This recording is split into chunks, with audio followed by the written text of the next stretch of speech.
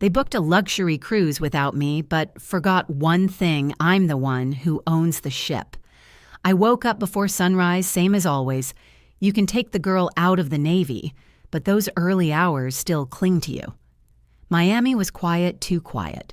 No texts, no calls, no group chats full of emojis and packing lists. Just the distant sound of waves rolling in against the harbor and the scent of fresh coffee drifting through my apartment. And then I saw it. Celeste's Instagram story. My younger sister. The family's golden child. A champagne flute raised high against a luxury ship's railing. Glittering ocean behind it. Her caption, Gentry Summit 2025. Only the real ones on board. My chest tightened. I hadn't gotten a single invite. Not even a courtesy call. This cruise was a tradition. 10 days sailing across the Caribbean. Coordinated outfits. White linen everything. Cocktail parties and curated Instagram moments for the perfect illusion of family unity. Except this time, I wasn't even a footnote. Last year, I was the one who brought the ship back during a storm that threatened to push her into shallow reefs. I had taken the helm when no one else knew what to do, recalibrated the tech, coordinated with the Coast Guard, literally saved the damn ship. But apparently, that wasn't enough to earn me a cabin this year. I tried to brush it off, pretend I didn't care. I even laughed to myself like it was just some oversight. But then, while waiting for my second cup of coffee to brew, I opened my laptop. And there it was, an email forwarded to me by accident, sent from Celeste's assistant to someone on the planning team. Subject, cabin assignments. Cabin 12, which used to be mine, had been reassigned to someone named Carter, Pilates coach. No need to mention Alana. I stared at those words for a full minute. No need to mention Alana, like I was a ghost, like I'd never even been part of this family. I didn't cry, didn't yell, didn't throw anything. I just stood there, coffee growing cold in my hand, a hollow silence spreading through my chest, like water leaking into a sealed room. That was the moment I knew. This wasn't just exclusion, it was erasure, clean, quiet, surgical. But if they thought I was going to beg for a seat, they'd forgotten something far more important than my name on a list. I didn't need an invitation, because I had the authority. I walked to the back closet, opened the safe, pulled out a thick navy blue folder. Inside, my valid maritime command certification, signed Naval Reserve contracts, operational control documents, all current, all legally binding. They'd been so busy curating a fantasy cruise they forgot the ship couldn't sail without someone like me, someone authorized, someone trained, someone real. That night, before I turned out the lights, I opened my leather-bound notebook, the one that traveled with me through every deployment, and I wrote a single line. They erased me from the list.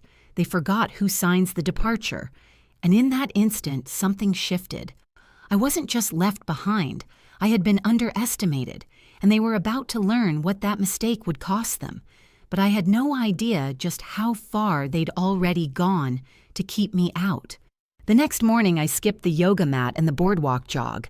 My laptop was open before sunrise, surrounded by binders thicker than any guest list Celeste ever curated.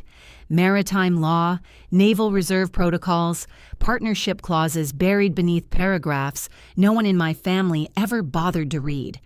I wasn't looking for revenge. I was verifying the truth.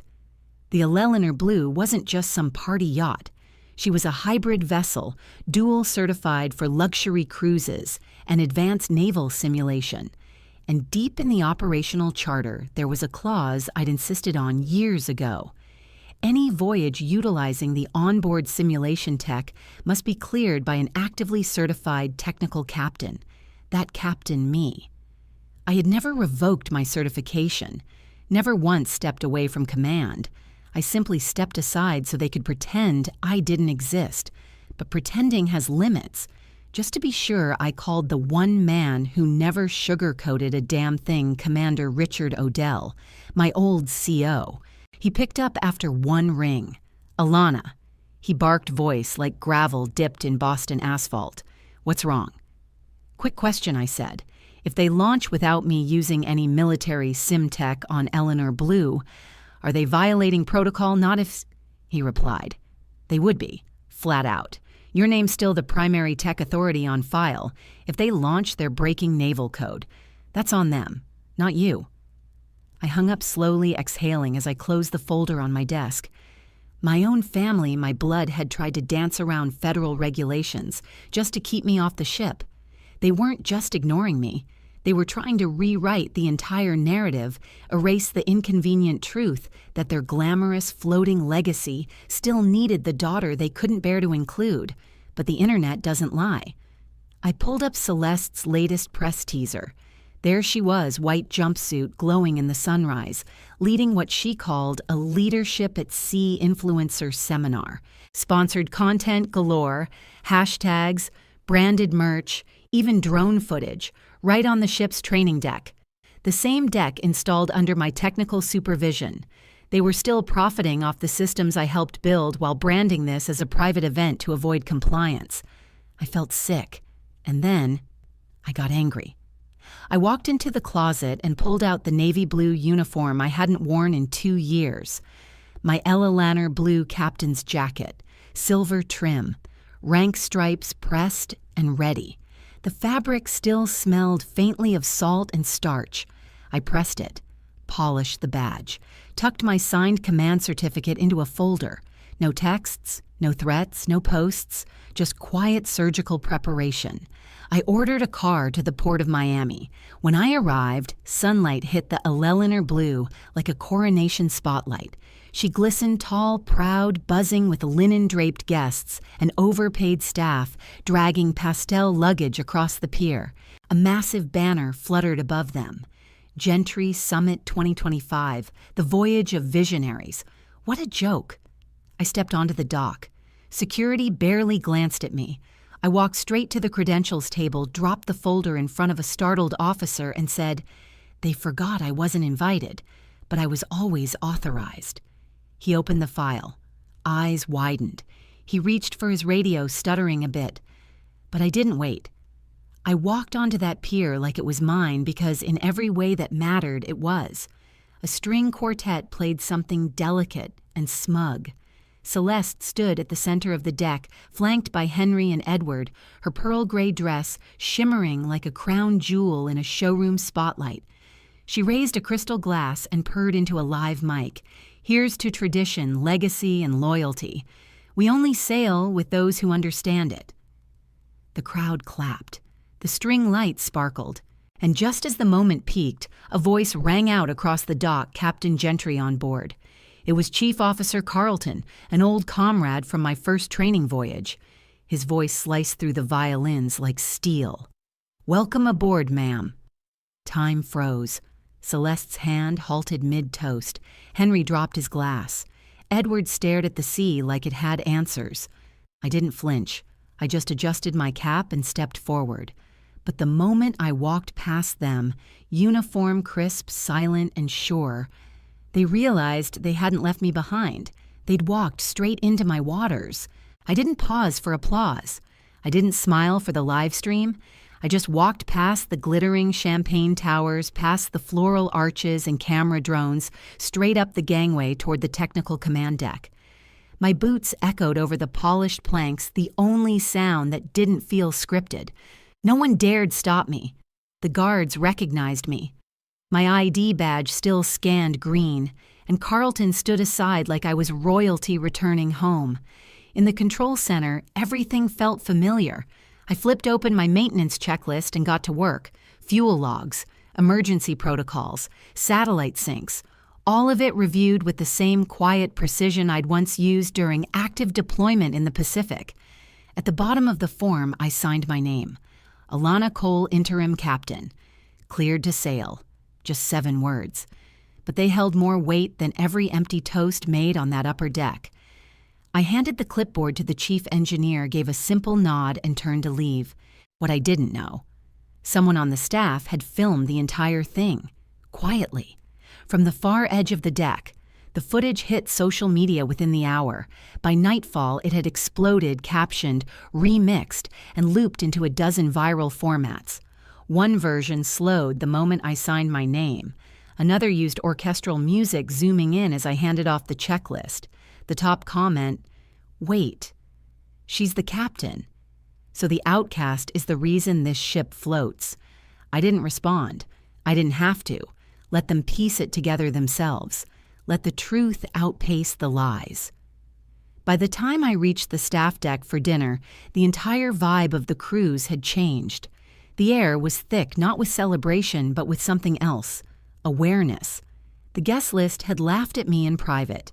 Now they weren't sure where to look. I sat with the crew, folding chairs, paper napkins, engine hum in the background. It felt more like home than any family table ever had. One of the junior engineers, Sasha, nudged a chair toward me and whispered, "You belong here." I thanked her and took my seat.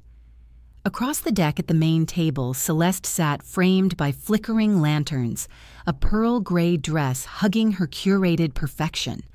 Her eyes locked on me, sharp, calculating. She didn't make a scene, not right away. She waited until the second course, some ridiculous sea bass with truffle foam, before rising from her throne and walking across the deck like she owned the ocean itself. When she reached me, she leaned close, smile frozen on her face. "You really think you have the right to ruin our family's vacation?" I didn't rise, didn't blink. I took a sip of water, set my glass down, and replied, "I'm not on vacation. I'm on duty. On a vessel I'm authorized to operate." Her smile twitched just a hairline fracture in her porcelain mask, and then, as if the universe wanted to underline the moment the ship lurched. Subtle, barely noticeable, but I felt it, and so did the bridge crew. The speakers crackled. A calm but firm voice cut through the air, "Navigation deviation, 10 nautical miles off course." The dinner guests froze. Henry, always the loudest fool in any room, stood up and shouted, "This is why women shouldn't steer ships." No one laughed. Not even Edward. I didn't look at Henry. I stood and walked calmly to the nearest access panel, fingers moving without hesitation. Whoever had upgraded the nav interface clearly didn't know what they were doing. The military-grade system had been replaced with a commercial touchscreen model, flashy but buggy. Probably Celeste's idea. Easier to film, easier to sell, but not easier to sail. I bypassed the faulty tracking node, resynced the satellites, rebooted the override system. 7 minutes, that's all it took. I didn't announce it. I just returned to my chair, picked up my fork, and kept eating. But word travels fast on a ship. Sasha posted a quiet update in the crew's internal channel, "Captain Gentry just corrected course." That post was screenshotted, shared, reposted by a maritime blogger with 500,000 followers. His caption, "The woman they didn't invite just saved the ship they're flaunting." Comments poured in like high tide. "Captain Gentry is the only reason that boat's not in the Gulf. Outcast more like the only adult on board."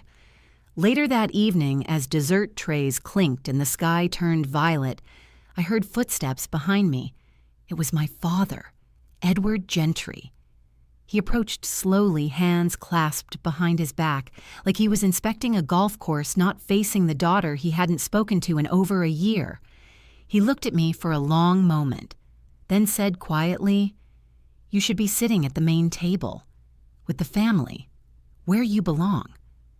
I looked over at Sasha and the others' crew members who'd shared sandwiches held doors and followed me without question. I looked back at him. I am exactly where I belong. He didn't argue. He just blinked. For the first time, I saw it the crack. Not in me, in the story they'd built, the myth of the perfect family, the erasure of the inconvenient daughter. The silence I had once accepted had become the loudest truth on that ship. And I wasn't hiding anymore, but I hadn't even reached the deepest cut yet. And it was waiting in an envelope I didn't know existed. The morning after the navigation glitch, the Eleanor Blue moved like a thought held in silence, smooth, deliberate, just barely audible beneath the tension that clung to the hallways like fog. At breakfast, there was no music, no laughter. Celeste sat alone, cradling her tea, like it might tell her what to do. Edward hid behind a newspaper whose pages trembled in his hands. Henry was nowhere in sight. No one talked about what had happened. No one had to. But something else was coming. I returned to my quarters mid-morning and found a message waiting in my inbox. Naval Reserve HQ. Subject line request for contract extension. I opened it, read it twice. Your recent leadership and operational integrity aboard the Eleanor Blue has been observed. We would like to discuss extending your command partnership under a new initiative. Attached was a detailed proposal, something I dreamed about in fragmented sketches and private hopes, converting the Eleanor Blue into a full-time maritime leadership academy. Not for the elite, but for youth from forgotten coastal towns, where opportunity doesn't dock often. It was bold, visionary, and for the first time it felt fully mine. No legacy strings, no borrowed spotlight, no staged praise, just purpose. I printed the file and laid it on my desk, and that's when I saw it. A thin, time-worn envelope tucked beneath the stack of maintenance schematics, yellowed, edges curled, written in delicate cursive, "For your eyes only, Mom." My breath caught. That handwriting, I hadn't seen it addressed to me in over a decade. My hands shook as I opened it. Inside a single-page letter. Ink faded. Lines careful but heavy. Words that hit harder than any storm I'd ever sailed through. "Alana, your father didn't want me to sign your Navy application. He said it would upset Henry. Said it would damage his sense of place if you ever rose higher. When you returned with honors, he asked Celeste to manage you, to make sure you never unsettled the family image again.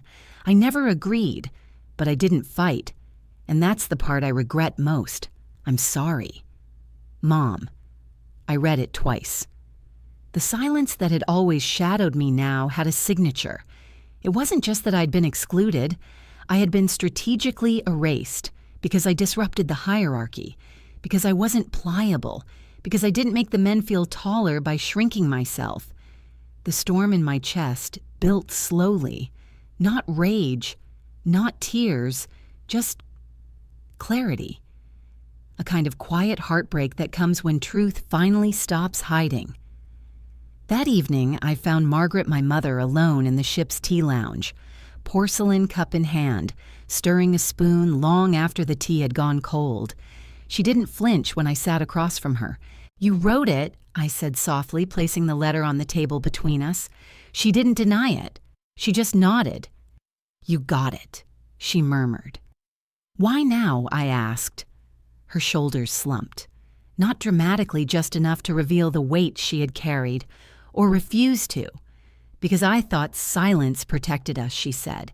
"I thought keeping peace was more important than confronting power. I studied her not as my mother, but as a woman who made a bargain and lived long enough to regret it. Your silence," I said, "is why I no longer want a seat at your table." She blinked. No defense, no excuses. Just the sound of the ship's engine filling the space between us. By the time I left, I knew something had cracked. Not in me, in the choreography, the polished script they'd rehearsed for years, but the fallout hadn't finished falling. By noon the next day, whispers had started. Henry had gotten wind of the Naval Reserve proposal, and true to form, he didn't respond with inquiry. He responded with rage. At the family's midday briefing, a tradition I'd never once been invited to, he made sure everyone heard him. "She's hijacking the family's legacy," he shouted, holding up a printed copy of the contract proposal. "She's turning our ship into a damn boot camp for strangers I will sue." I stayed seated, calm. I didn't override anything I said. I executed authority granted by the ship's charter. You'd know that if you'd ever read it. The room fell still. Celeste looked away. Edward straightened his tie and didn't say a word. For once, no one jumped to Henry's defense. And for the first time, I didn't need anyone to. This wasn't about acceptance, it was about truth. And I was done asking permission to speak it. But Henry wasn't finished. Not yet. And the storm he unleashed next would push everything to the edge. The email came just before dawn, buried between system updates and tide reports. Subject: legal action filed. Body: you are hereby summoned. I skimmed the text once, then again slower. Henry had done it. Filed an official lawsuit accusing me of technical overreach, breach of trust, and disrupting a family-owned legacy. His wording was bloated, desperate, and laughably misinformed. But what caught me wasn't the audacity. It was the timing. He filed after the letter, after the course correction, after my proposal started gaining traction. He wasn't protecting the family name. He was protecting his illusion of power. That night, a knock echoed on my cabin door. It was Celeste. No makeup, hair pulled back, face bare in a way I'd never seen. Not vulnerable, just honest. She didn't ask to come in. She didn't even meet my eyes. Just held out a black USB stick and whispered I wasn't going to pick sides. But I can't let him bury the truth anymore. Then she left. I plugged it in. Didn't blink. It wasn't a surprise, just confirmation. Inside were repair invoices, financial reports, maintenance logs, all of them doctored by Henry. He'd been siphoning ship funds into private ventures for years, a yacht in Croatia, a paper-only consulting firm, even fake crew hours.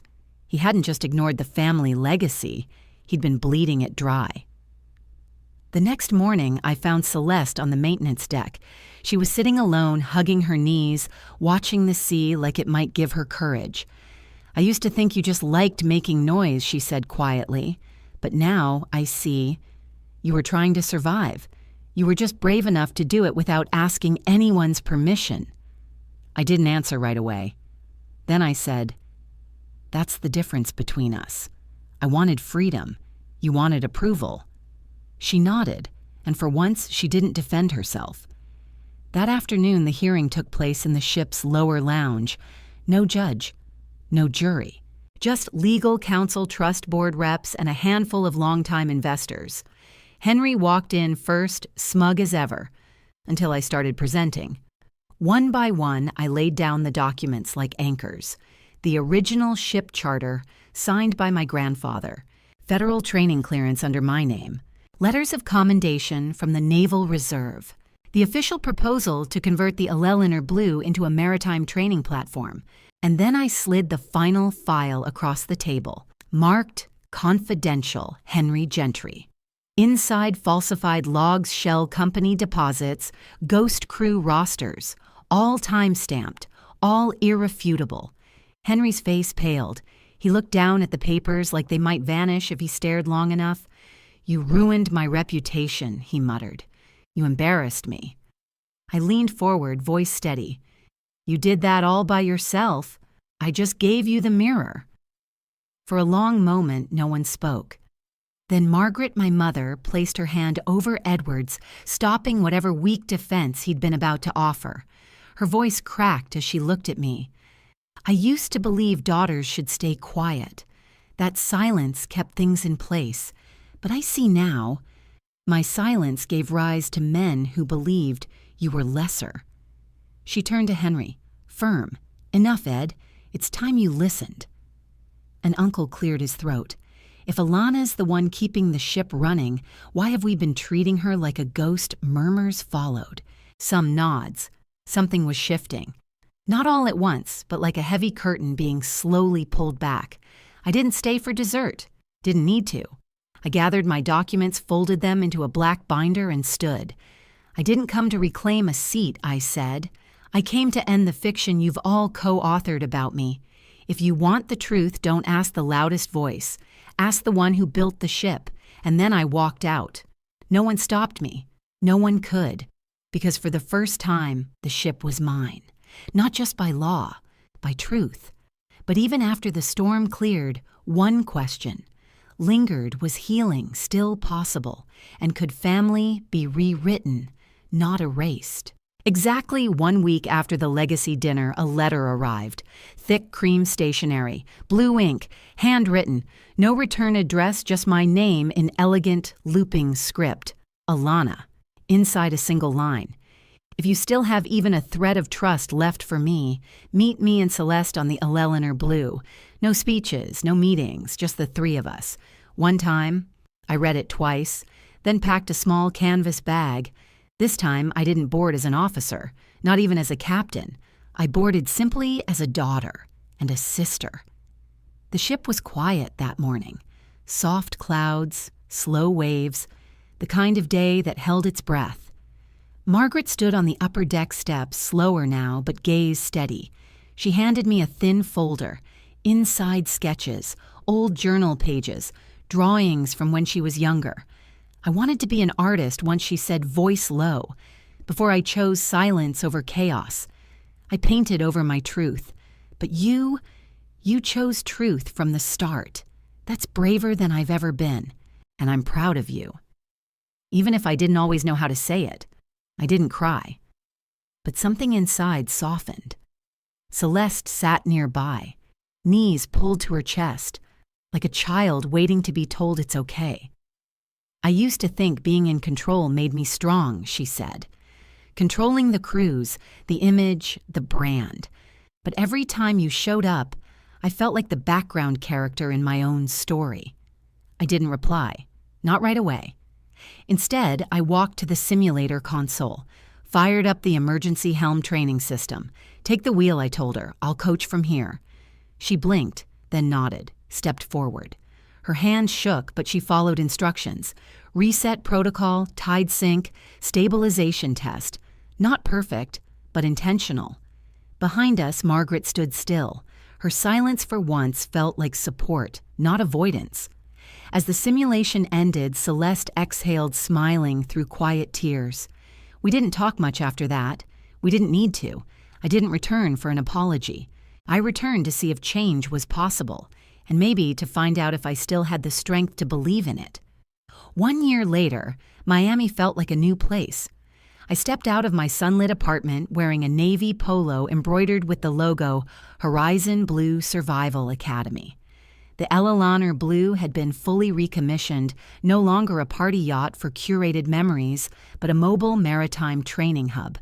I wasn't her captain anymore, but I was still her architect, her blueprint. On my kitchen table sat a folded newspaper, headline Captain Gentry Building Bridges Beyond Blood. I didn't read the article. I already knew what it said. 2 of our training units had recently assisted in real-life rescue operations youth who once had nothing but were now saving lives. Later that week, someone at a leadership conference asked me, "Do you still talk to your family?" I smiled. Family, I said, is a complicated word, but if it means giving each other space to live honestly, then yes. I'm building one again, on my terms. Weeks later, a package arrived. No note, no sender, inside a painting, oil on canvas, the Eleanor Blue bathed in morning light. At the bow stood the silhouette of a woman, head held high. On the back, a single line written in Sharpie. "Thank you for giving me the courage to live honestly." I hung it in my office right next to the weathered map from my first mission. Celeste didn't join the academy, but her fashion label now sponsors annual scholarships for young women in maritime careers. We don't talk every day, but every few months I get a text. Need help designing the next promo video. Sometimes I say no, other times yes. We never talk about the summit anymore. We don't have to. This morning I stood on the deck of our newest training vessel, smaller than the Eleanor, sleek, clean. Her name, Liberty Wake. I looked out over a group of new cadets, some scared, some cocky, all trying. Pulled off my sunglasses and said, "When the wind picks up, don't wait for someone else to save you. Learn to steer, then teach someone else." The camera panned wide, sea behind me, sun ahead. And in that moment, I knew I didn't just survive the storm. I became the captain of my own story. Sometimes legacy isn't something we inherit. It's something we reclaim, not through noise, not through war, but through the quiet, unshakable choice to live in truth. And truth doesn't need permission. It just needs courage. If this story moved you, drop a comment below. Have you ever had to reclaim your worth in silence? Tell me, I'm listening. And if you haven't already, subscribe. There's more to come.